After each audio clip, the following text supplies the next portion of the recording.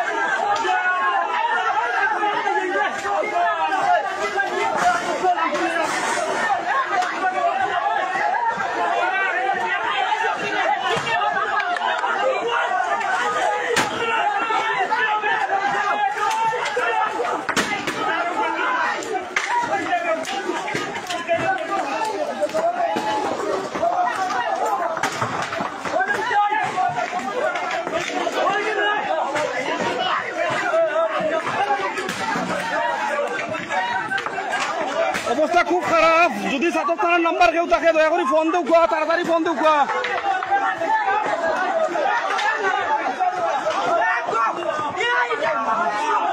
রুয়েল 4 নম্বর word দরার fur শেখাপাড়া, আর প্রতিপক্ষ হইল মারকুল মনিরাতি টিমকে। অবস্থা খুব খারাপ, 1 ঘন্টা ধরে এই চলে, এটা বেহাল অবস্থা। এমতো আল্লাহ হেফাজতের মালিক, আল্লাহ সহযোগিতা করতা, সাহায্য করতা, আল্লাহ এছাড়া উপায় নাই।